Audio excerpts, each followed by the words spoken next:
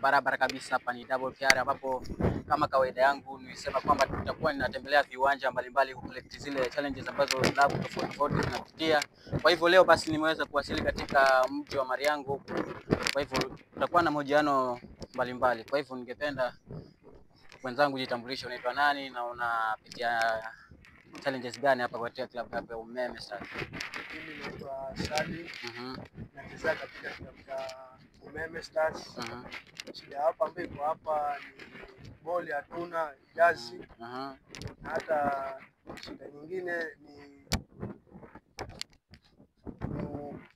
ni wa uchovu wa nidhamu hapo kwa uwanja. Kwa hiyo hizo ndio challenges ambazo wapitia. Alafu ningependa kuongeza kitu kidogo. Je, klabu yako iko na first aid kit hizo ambazo kwa mfano kama mchezaji ameumia anaweza kutibika? Hakuna hizo. Hakuna.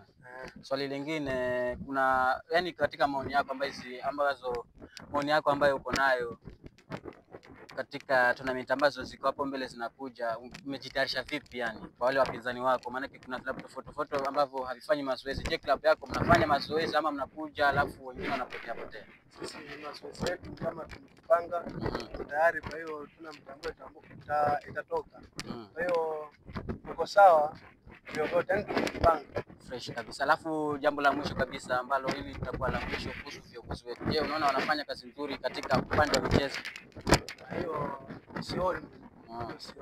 Kwa hivyo nimekuwa na mahojiano na wachezaji wa Umeme, mchezaji ambaye naona ni captain wa klabu ya Umeme. Kwa hivyo kesho nitakuwa pale Majengo, wachezaji wa Majengo tafadhali mnakuwa mimi ni Jonathan Double KR na mwenzangu amekuwa Sali. Swadaki kabisa.